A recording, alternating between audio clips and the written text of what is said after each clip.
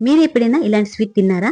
ఒరిస్సాలో బాగా ఫేమస్ అయిన ఈ స్వీట్‌ని చాలా మంది తిని ఉండరు. కానీ ఒక్కసారి తిని చూడండి చాలా బావుంటుంది. పదే పదే తినాలనిపిస్తుంది. జ్యూసీగా, సాఫ్ట్‌గా ఉండే ఈ స్వీట్‌ని ఎలా తయారు చేసుకోవాలో చూసేద్దామా?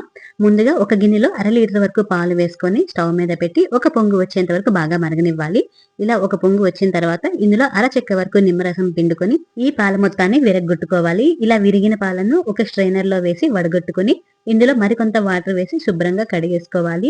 ఇలా వచ్చిన పన్నీర్‌ను వాటర్ లేకుండా బాగా వడగట్టుకొని ఒక గిన్నెలో వేసుకొని ఇందులో 2 టేబుల్ స్పూన్ల వరకు ఉప్మా నూక, కొద్దిగా బెల్లం, అలాగే పంచదార, యాలకుల పొడి వేసి ఉండలు లేకుండా మెత్తగా వచ్చేలా బాగా కలిపేసుకోవాలి.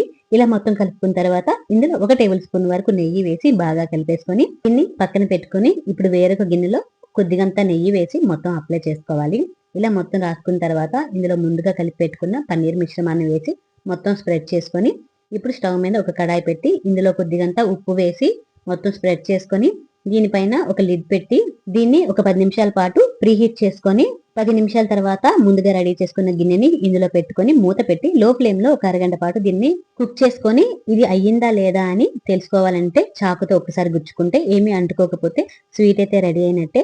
దీన్ని పూర్తిగా చల్లారిన తర్వాత వేరొక గిన్నెలోకి తీసుకుంటే ఎంతో టేస్టీగా ఉండే స్వీట్ అయితే రెడీ. ఈ వీడియో నచ్చితే లైక్ చేసి కామెంట్ చేసి నా ఛానల్ ని సబ్స్క్రైబ్ చేసుకోండి.